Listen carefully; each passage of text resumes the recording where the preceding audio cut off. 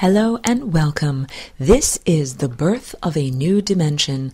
I am Aurora. I will be your host for 1 hour as we join our consciousnesses to talk about the ideas of higher dimensional reality and multidimensional perception, and how the individual and the planet and the cosmos within which the individual and the planet reside can radically alter their consciousness and achieve a higher state, which is known as ascension. So one of the first questions is, why is it necessary to ascend? Why are we not already in this high exalted state?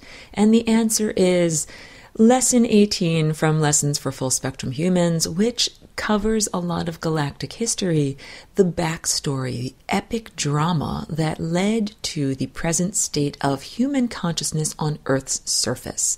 And you will notice that I also am very choosy with my language.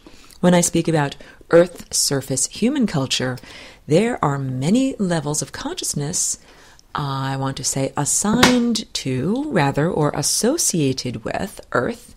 There's the surface of Earth, and there's what is known as inner Earth, and I pronounce it Agartha, and it is almost with a silent H, Agartha, and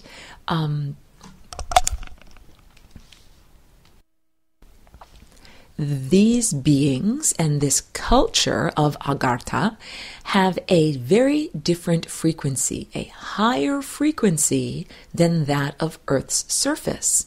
And I would classify it or categorize or describe the culture as one of beings who have all mastered their minds and all of whom have already ascended. So if you refer to the Birth of a New Dimension Facebook feed, which is on the UCY page for this radio show, it is connected to Facebook, and if you click on there, you will be able to look at the photographs that I have posted that are relevant to the topics that I talk about here. And one of those photographs is a type of shorthand line drawing cross-section of what I call the time vortex. And this is shaped very much like the top half of a circus tent or a yurt that has a central pole, like a central tent pole, and then two draping sides or membranes that flow away from it. And all of us have chakras or energy centers on our bodies, and these energy centers are actually comprised of timelines. You are a ball of possibilities. You can learn about all of this extensively in detail over the 20-week semester of Lessons for Full Spectrum Humans, and you can find out about that on my website, which is flyingrainbowlasagna.com. We are a bit too far into the semester, I feel, for you to just climb on in at this point. We're up to lesson 13 of this week, and it is cumulative knowledge. So I begin with the foundation of that we are comprised of energy centers and what the energy centers are shaped like, because many people draw chakras as just a big ball, and that's very numinous and not very descriptive, because it actually is an 8-lobed shape or a 4-vortex shape that is comprised of energy that is flowing. And when the energy flows, in the same way that the very act of swirling and whirling amidst itself can create a tornado or a water spout, or even the shape of a galaxy itself, that spiral vortex shape is created by nothing more than a medium swirling within itself. So the chakras are comprised of time and awareness swirling within itself. Within that time vortex, there is one central possibility.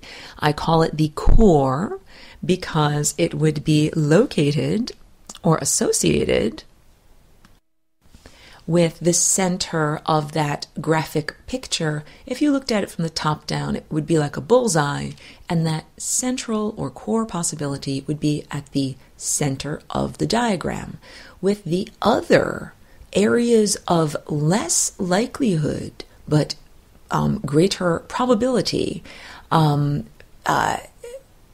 occupying the area around there. And I realized I just had to define what I was talking about. So the areas around the central tent pole would be the outliers. And as you travel further away from that central possibility, which is in alignment with higher reality, the possibilities and the expression of consciousness become more diverse and more profoundly distorted.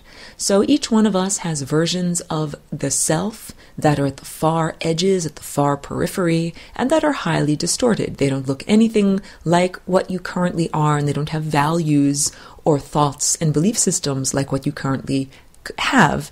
And we are all aiming to align with that central core possibility. That is the path of least likelihood.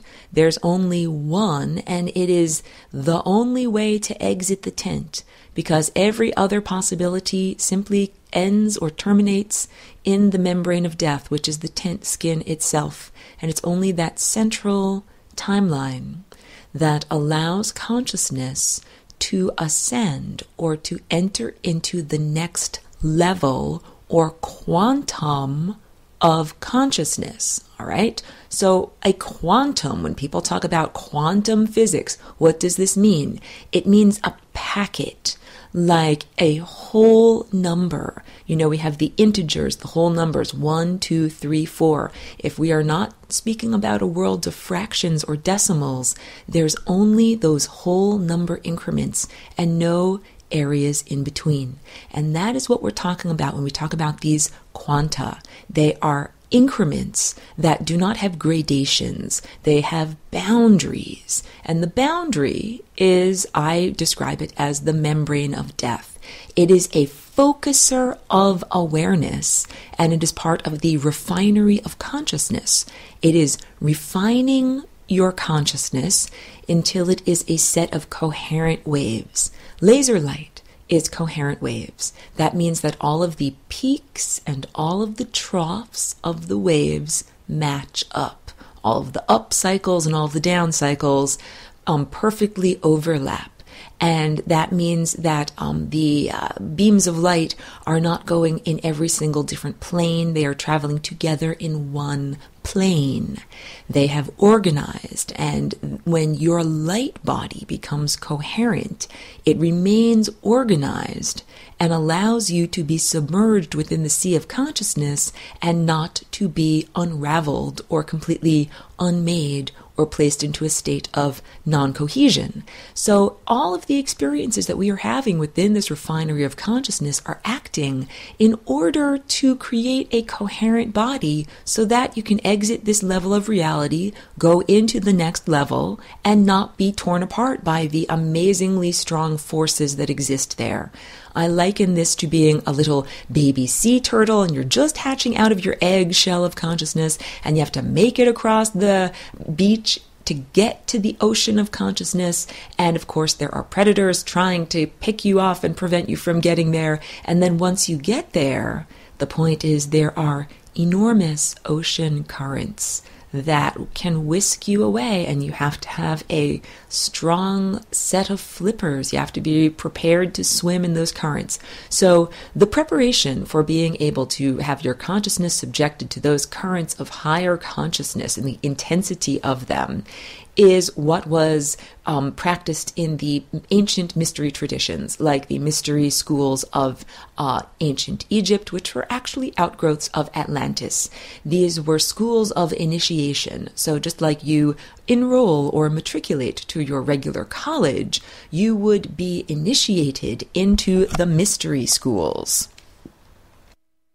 And the mystery schools contained Gnostic experiences. So, in this time and place, The people who ingest psychedelic entheogens and go into higher states of consciousness do not generally do so under shamanic guidance. It's quite backwards to the way it used to be. It used to be that ingesting psychedelics was like writing a major paper, like writing a thesis, and you did it under the tutelage of your masters or your professors who first teach you the ropes and give you guidance about what to expect, what you will be experiencing, what you will be creating, and then guide you and give you feedback on your progress and on how well or effectively you have performed what they have taught you. That is so very, very different than the way that modern psychonauts act. Modern people are mostly not members of a belief system or formalized school of knowledge. Mostly these are individual beings who simply choose to ingest a substance that is available to them and go on a mental journey. So this is very different because when you open up your third eye, your pineal gland, your brow chakra, all of which is associated with Christ consciousness, but none of which is associated with the dogma of the Christian religion, you begin to interact with higher dimensional beings. And this is what the purpose of this radio broadcast is all about. A preparation or a cultivation of human consciousness for multidimensional interaction. And that means meeting beings that come from different time. Not just another place, but from different time. Not just the past or the future, but from a different time. There are parallel realities. There are many different possible versions of the world. So I want to get a little bit into Fukushima. This is the idea of timeline bleed through, but I don't want to go too far afield here because I want to tell you all about my wonderful experiences on Mount Shasta this week. But Fukushima is not only a worldwide slow-motion ecological disaster, it is affecting parallel realities on either side of our timeline. So it is pan-dimensional or across dimensions. And you can ask questions, Aurora, how can that be? What are you talking about? And the answer is that when we get down to events that are happening at the subatomic level, these are not like events that happen at the macroscopic level. At the macroscopic level, we say, oh, like a tennis ball or a bowling ball flew across the room. At a subatomic level, we say, oh, an electron or a photon flew across the room. But these particles don't obey the same rules of Newtonian physics that the macroscopic world of tennis balls and bowling balls do. Electrons, when they are oscillating around the nucleus, are actually in an indeterminate state. We cannot say exactly where they are. We can only give a set of probabilities. We think that there's a very good likelihood that they occupy this area. So this is what's happening at a subatomic or quantum level. What is happening in Fukushima is a disaster of radiation. It is a disaster of radiation being emitted chaotically, and these are subatomic particles. And subatomic particles don't stay on one timeline. They jump and affect other timelines. And this is because it has to do with broadcasting consciousness, all right? So, the Earth surface culture scientists and physicists are ill-equipped to understand this. It's why their heads kind of explode when they start to include consciousness as a aspect of the equations. They're fine with talking about time and space, but they're not cool with talking about how awareness affects things. And that's the uncertainty principle. It's the difficulty of observership. It's Schrodinger's cat. So events that happen that affect nuclear material and emit radiation don't just affect the timeline that they are on, they also have bleed through into the neighboring timelines. So this is very, very significant because when we look at the events of the 20th century, when there were atomic bombs that were tested, here's a good way of thinking about it. It is like making a portal between worlds. It's like making a weakening or an opening in the membrane or the curtain that usually separates two places.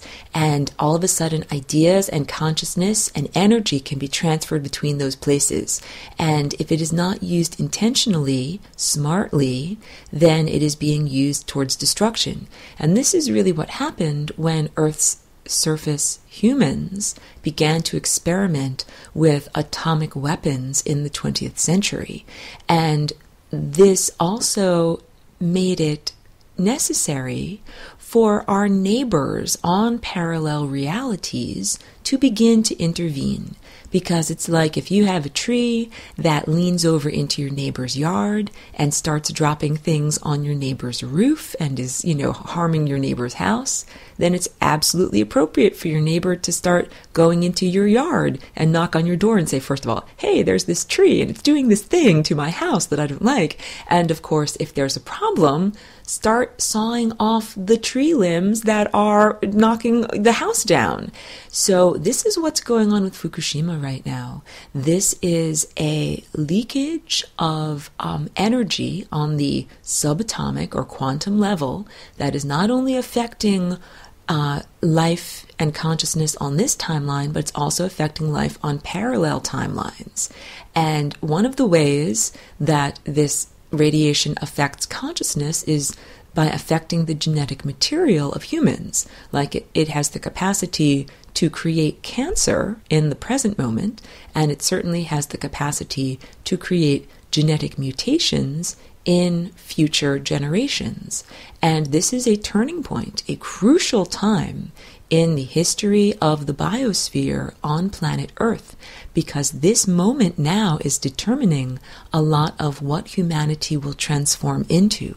There are timelines and possible futures where humanity becomes just totally decrepit, where there is no more immune system, the reproductive system has failed. People are like, like from the movie Lord of the Rings, that character Gollum, twisted, horrible wrecks and distorted versions of what humans once could possibly have been.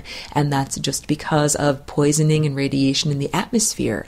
And think about this moment now, planting the seed for the future, and that timeline and those beings from that timeline saying, we don't want this to happen. We are your cautionary tale from the future, and we are saying, save us, prevent this from happening, do something to fix this. So this is like I'm giving you different consciousness tools that you can use to understand this.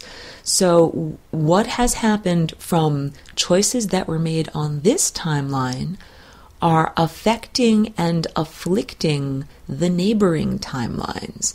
And I'm trying to think of another good example of what you might experience of this. But if you could understand like the type of blowback that happens, it's like the closer you are to the epicenter of a bomb, the more severe and devastating the effects are. So the timelines that are closest to our own timeline, where there have been problems with Fukushima, would be most severely affected by it. And it might show up in their world as, let's say, instead of an entire nuclear reactor having a problem and melting down, maybe just one nuclear submarine having a disaster and exploding in the ocean and leaking material.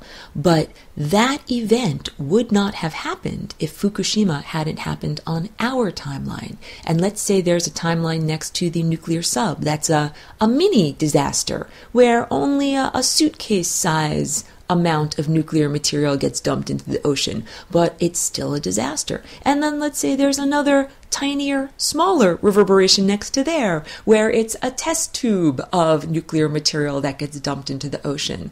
But all of these events are happening as reverberations and miniature fractal waves of the initial impulse, which is this Fukushima disaster. So all of this is complex backstory and describing the multidimensional reality so that you can understand why it is ethically appropriate for beings from other timelines and other dimensions to be affecting our dimension and our timeline. Just like the disaster of Fukushima is opening humans' eyes to the interconnectivity of all life on Earth's surface.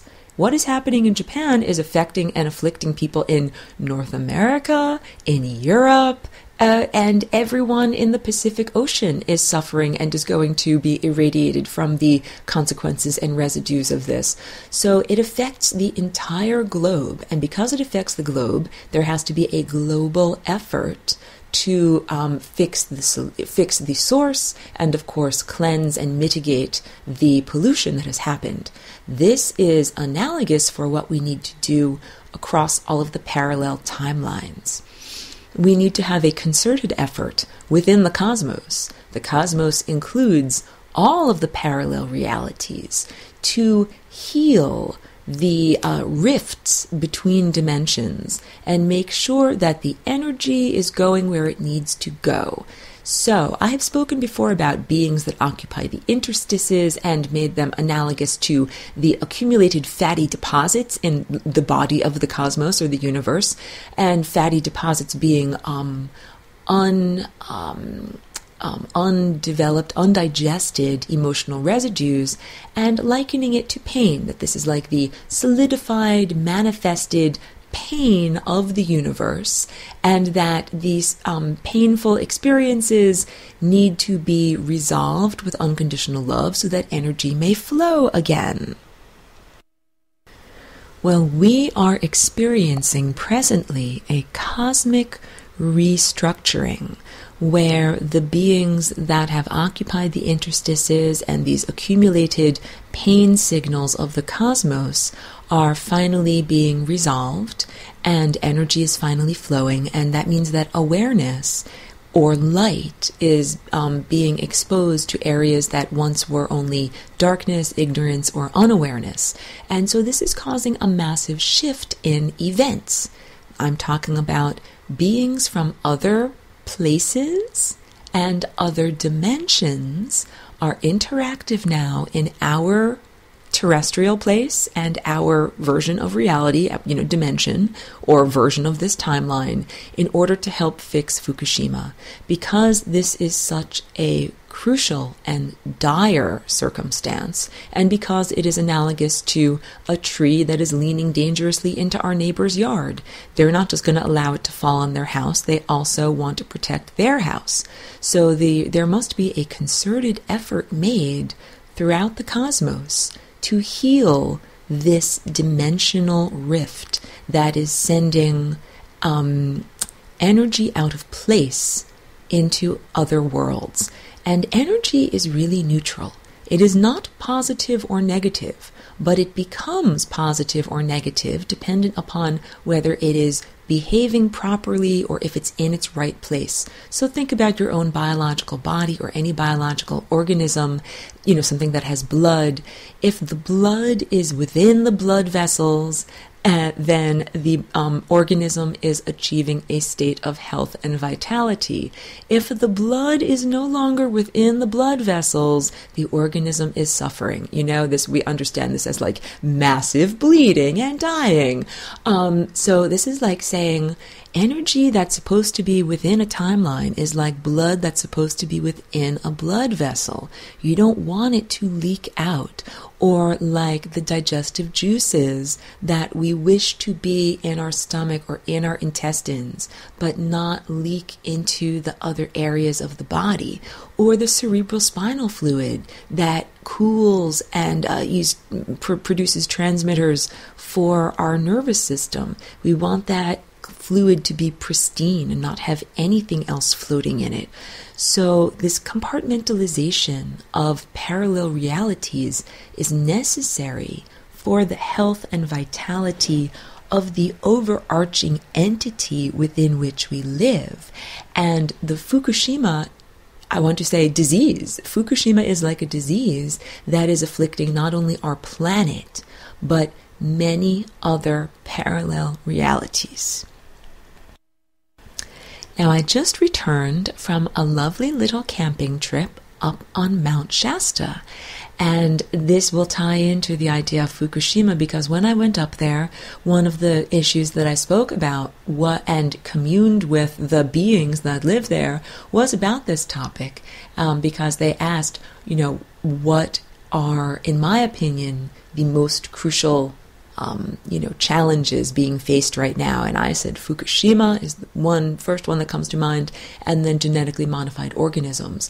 And I'll get into that one later, but the reason why genetically modified organisms are such a danger to the biosphere is that, again, they're affecting and afflicting DNA. And DNA is the bridge of light between consciousness that is not yet manifest and events and physical matter in reality that is manifest. It is a bridge of light. It's in that subatomic or quantum level, and it affects neighboring and parallel timelines. So when you're affecting DNA, like you affect DNA with radiation poisoning in a very negative way, it's affecting other timelines, and it affects the future. It affects the descendants of the beings that come. So the totally unconscious and ignorant use of twisting the genetic code and changing that in the food supply is like taking the strings of a piano and just twisting the knobs and making everything go out of tune. And the piano is the genetic code of the planet, and all of the strings are harmonically tuned and resonant with one another. And when you start to change one string, like the string of corn, then that affects the string of the monarch butterflies and affects the string of the, little, weevils that live in the ground. It affects many other things. So this is the lesson here, the interconnectivity of life, the interconnectivity of consciousness. Now we'll get into Agartha. So this is known as inner earth, but I think I've made the distinction that one must not be too linear and too literal in one's conception of where this place actually resides. Because even though Shasta is coincident with Telos, it is overlapping, or it is a portal, and you do not enter into inner earth by digging a hole and climbing into the ground or physically going into a cave. You enter through a vibration, and you do that by matching the vibration. And I will also tell you, in preparation for future events, that this is also how you enter into a certain type of extraterrestrial vehicle or extra-dimensional vehicle. So we are not talking a clank metal spaceship. We are talking a living, breathing, loving, conscious organism that moves from star system to star system, and entering into that conscious organism is akin to love making or being eaten, but being eaten not by a horrible monster, being eaten by an incredible loving presence that doesn't chew you up and, masticate you and mush you around, but instead envelops you in a very loving way, because it is an enveloping of your consciousness. So if your consciousness is not vibrating at the right rate, you cannot enter into this higher dimensional state. And this is what has been religiousified into the idea of heaven. Heaven is literally a star travel vehicle. It is a collection of higher dimensional consciousnesses that moves from dimension to dimension or reality to reality. And you could think of it as the best, most amazing floating party. Everyone who's there is unconditionally loving. Everyone who's there is an ascended master and an expert in their field. Artists, musicians, creative beings, acrobats, dancers, singers, and the entire movement of the consciousness is like a symphony. It is harmonically perfect. It is led by a conductor that is like, you could describe it as a sacred geometrician, but I call it the harmonic language of light and tone. So there's a great conductor that is leading this symphony, and everybody is like a highly trained musician or dancer or ballerina acting perfectly and creating a giant floating art project. And that is what heaven is. And you can only enter into that vibratory rate if you achieve the right mental state through self-cultivation, through achieving unconditional love and activating your higher psychic faculties and aligning your consciousness with that central tent pole or that core reality, that path of least likelihood that exits through the wormhole. All of the other timelines exit at the membrane of death and make you circulate all the way back around, a la Groundhog's Day, to your birth, and you have to replay it again until you finally get aligned. And the whole planet right now, Earth, is coming into alignment. For example, I, as an individual, live on Earth, and I am coming into alignment. And all of the cells in my physical corporeal body are also coming into alignment.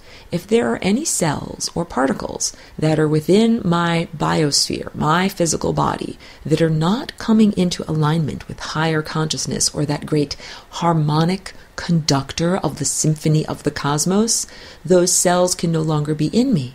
So, for example, a diseased cell, a cancerous cell, cannot be riding along on my body because my body is on this ascendant trajectory. Nor can a cell that is simply not behaving properly. Like, let's think about a neurological cell that is firing out of tune, or, a muscular cell that refuses to fire. Any little cells that are being naughty and that refuse to act as they are meant to act cannot be on this timeline with me. And the same thing with the versions of Aurora that aren't acting the way they're supposed to act. Imagine a distorted version of Aurora, one who does not paint, and who does not do radio broadcasts, and who does not teach lessons for full spectrum humans. Imagine like the anti-Aurora, a non-rainbow, a person that only wears black and white, and maybe they work in an office and only sit in a cubicle all day, and they never do anything that's creative. That non-Aurora, that anti-Aurora, is not on the path of least likelihood. That is a peripheral Aurora. I'm not on that timeline. I'm not experiencing that distorted version that's not a true expression of me. And that lesser expression of my personality and my talents and my skills cannot be on the planet, because the planet is on her timeline that is an ascendant timeline that cannot tolerate mediocrity. So many people, many humans on Earth's surface live a life of quiet desperation. They have achieved mediocrity, and they know it. And they know on a soul level, like on a deep consciousness between lifetimes level, that there is something more and that they are fated for something greater. And that's like being on the periphery, but being able to see that central core timeline and saying, there's something over there, I wish I was a part of it. And this is a journey of refining one's awareness. So we are all learning how to navigate closer to that core central tendency.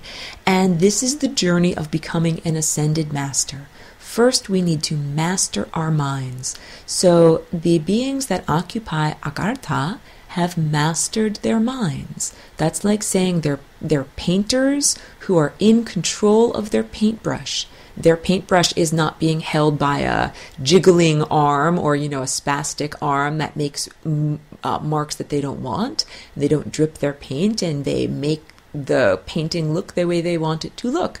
This is what it is. When you master your mind, there is no one else in your mind but you. It is a state of true individuality. When I talk about the coherence of your light body, it means that your consciousness stays together even when you are subjected to all sorts of other people's belief systems. That is what the sea of cosmic consciousness is like. When you, as a little baby sea turtle, get into the ocean, it is like huge cosmic currents of thought and particles of ideas are flowing by. And it is necessary for you to be submerged. When I use the word harmonically, I mean in pleasing fractal structures. And fractal means a tiny little version, a tiny little self-similar version. So the paintings that I make are all fractal and they're all harmonic and they're all calibrated to the light waves. And so a 12-inch circle is red and an orange circle is 6 inches. 6 inches is half of 12. And a yellow circle is 4 inches because that is 1/3 of 12. And these are harmonic proportions. We could have those same proportions expressed in a 24-inch circle, where red would be 24 inches, and then orange would be 12 inches. And this happens to be describing one of the paintings that's presently on my work table. It's just like saying the notes of a piano are harmonic nested octaves. Agartha is a civilization that is the last outpost of the civilization of High Atlantis, and it is occupied by beings that we would define as Earth surface humans as ascended masters. All consciousnesses whom have cultivated their ego to the point of being in alignment with the divine conductor or playing only the notes of the musical score of the cosmos. There is a musical score. This is a pattern of consciousness that we are meant to follow. And the pattern is not arbitrary or capricious, and following the pattern means that you are part of a perpetual motion machine.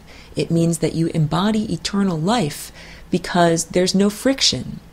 When we step outside of the pattern, or when the chakras go askew, that is when there's entropy or loss of energy. And that is because people aren't following the pattern, or that's because consciousness is not thinking according to the pattern, or it's because the belief system that awareness is traveling through is not structured according to the pattern.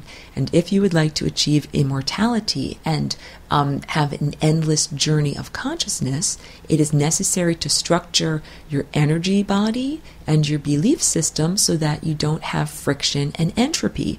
And this is what we do through transcendental meditation, being silent inside, through mindfulness, which is being silent and observing oneself during the day, and through cultivating unconditional love, which is that tone that the heart chakra makes when it is in alignment.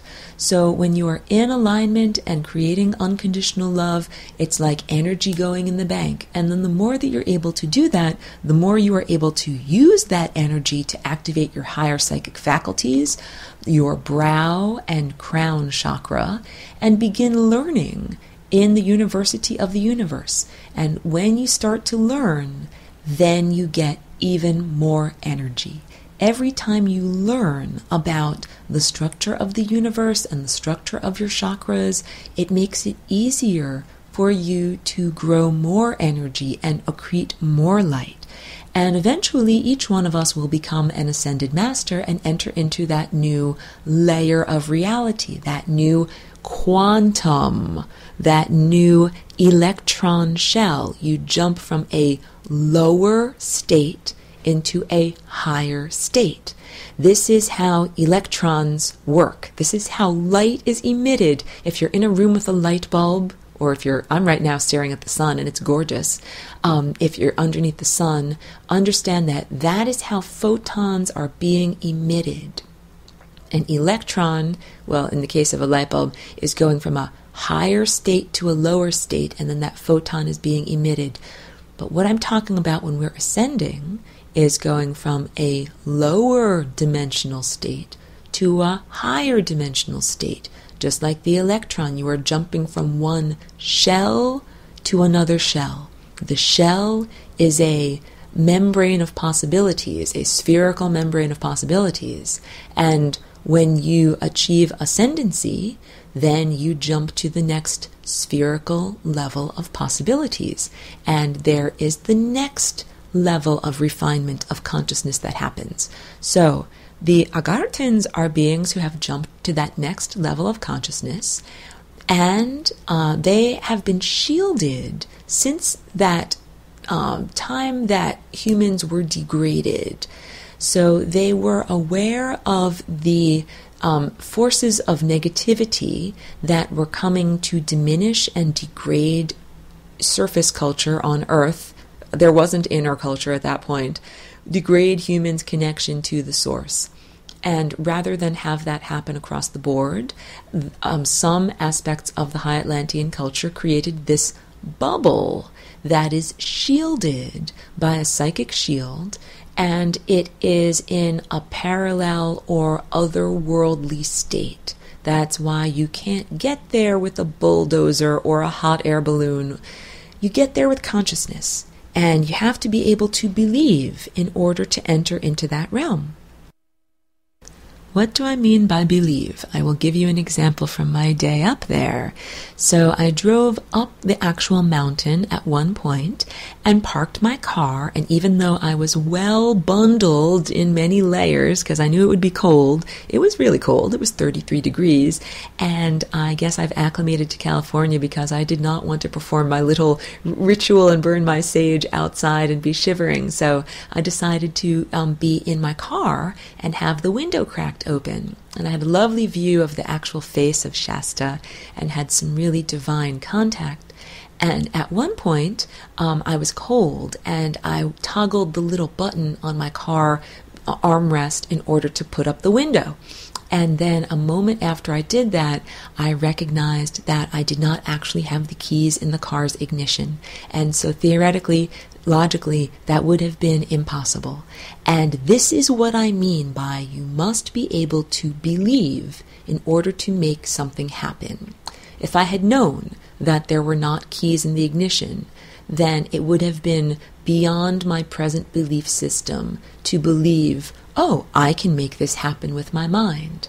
I needed to be tricked and fooled. I needed to quote-unquote forget or not realize that the car wasn't actually on and able to operate.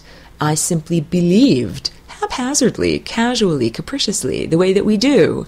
You know, the way that you accept, like in a dream, a definition of reality. Like in a dream, you know, you could be living in a house that's very different from your present house, but you accept, oh, this is just my house, this is where I live. It's that level of just acceptance of reality that allows us to manifest. So this is about, it was a lesson for me about the world that we will be moving into, where we are directly creating the world and events around us with our consciousness. We as humans, have always been directly creating the world around us.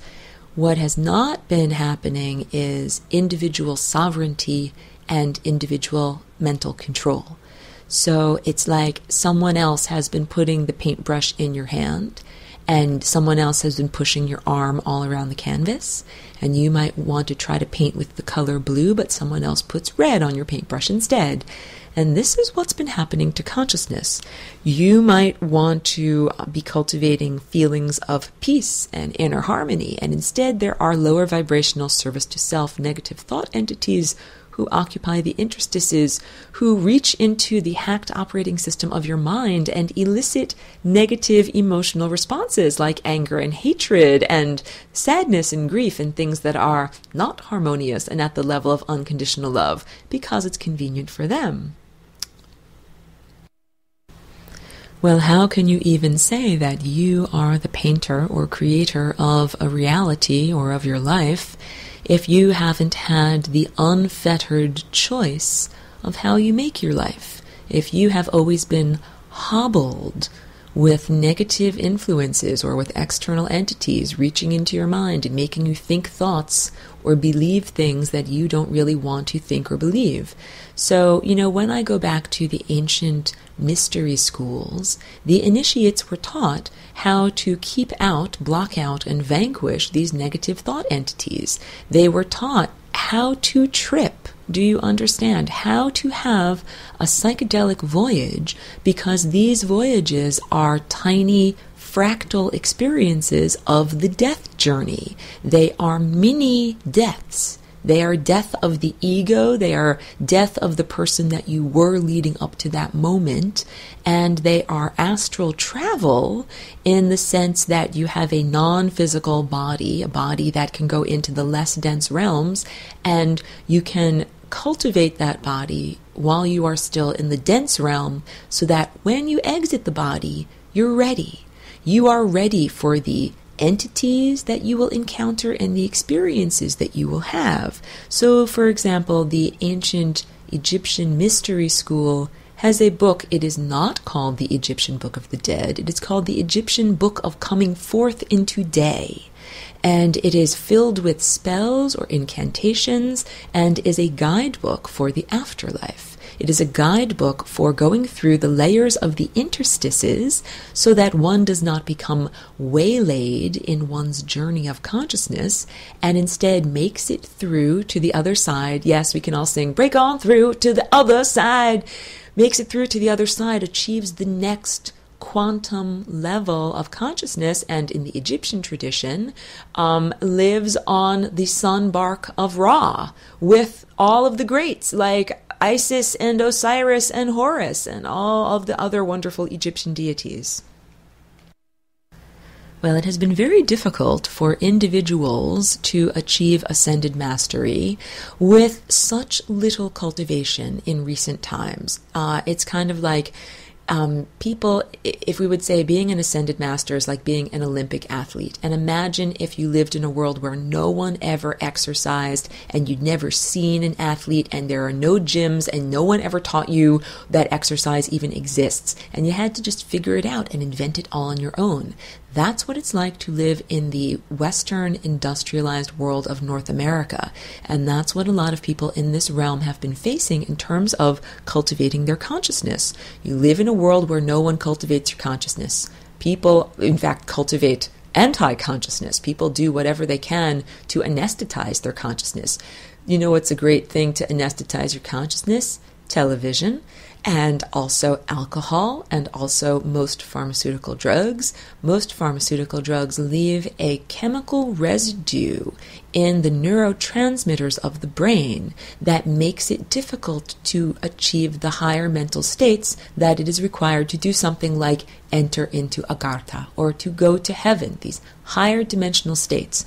So anyway, most of the people in this Western industrialized culture are not prepared for either a psychedelic journey influenced by an entheogenic plant teacher, or the death journey, which is when your own pineal gland releases dimethyltryptamine, not from a plant teacher, from your own brain, and sends you out of your body on a trajectory of consciousness.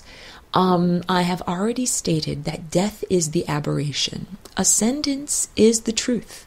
Ascendance is going to happen, and it is the inevitability. Death happens over and over and over, but only to a certain point. And what is happening right now that is so miraculous? If you're alive right now on earth, hallelujah, because you have an opportunity to ascend your own consciousness at the same time that earth is ascending her consciousness.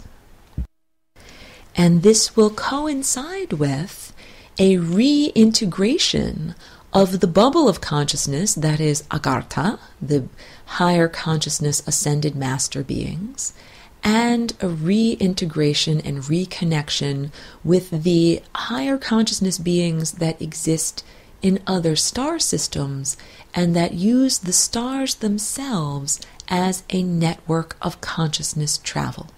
So the way that real star travelers travel from star system to star system is by using the connection of singularities that exists within each star. So each star has a portal within it. Each one of us as an individual has a portal within them. Each atom has a portal within it. Each galaxy has a giant, supermassive portal at its center. And all of these portals are doorways to infinity, and they all lead to the same place. It's all the same infinity. It's like saying the room that I'm in right now has doors, it has windows. We could even cut a hole in the ceiling and you could come in through the ceiling. There are many different apertures through which consciousness might enter this room, but it's all the same room. So the doors inside of each star are all connected through a hyperdimensional network of consciousness. And consciousness can travel through these portals. These are beings of pure, unconditional love and pure intention. And when I say that, I mean they are musicians who intend to follow the notes of the musical score of the cosmos and follow the great conductor in this symphony. They are not acting out of what would be considered ego or the temporal ego. The temporal ego, I'm not casting aspersions here, I am simply saying that by being distorted and living in a lower dimensional, denser state, people develop their own ideas of the notes that are supposed to be played, and they're not even in tune with the great reality. And that's why you hit the membrane of death. And in your life, when you are in tune with higher reality, your desires and the desires of this great conductor match. The notes you want to play and the notes that it wants you to play match. It's like saying the life you're living and the life that higher consciousness wants you to live match. So in my own expression, I used as an example the anti-aurora, the peripheral aurora, an aurora who doesn't wear rainbow clothes or only paints in black and white, or maybe doesn't even paint at all, maybe has a boring office job. That would be not following the musical score of the universe. That would be not following the great symphony, because I am supposed to be this rainbow person, this particular rainbow melody that is being played. And if I weren't playing these notes, there would be something missing. Because the only reason I would have a stupid office job is because human society would dictate that to me. It's not because it arises from within. So when you are in bliss, when you are in your creative zone, when you are following the dictates that arise from within, you are in alignment with this higher dimensional reality.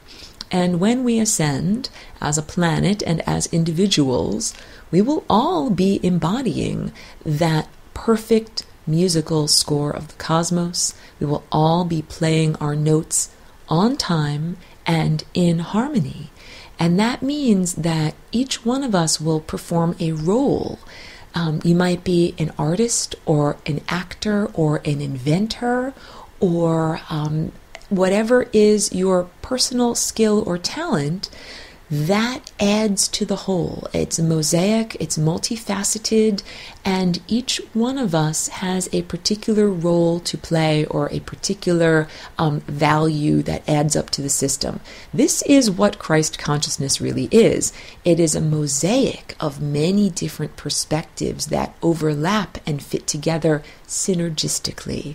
And the return of Christ to the planet is a return of this consciousness to each individual awareness. So this will be a revolutionary change in consciousness, and it will be concomitant with a re-emergence of the Agarthan culture. And the Agarthan culture is non-competitive. It's collaborative. Because first of all, the mental boundaries are gone. Second of all, resources are abundant and are all shared. And third of all, it's like lovemaking. In order to really achieve higher states of creation, there has to be some vulnerability. There has to be some openness between partners.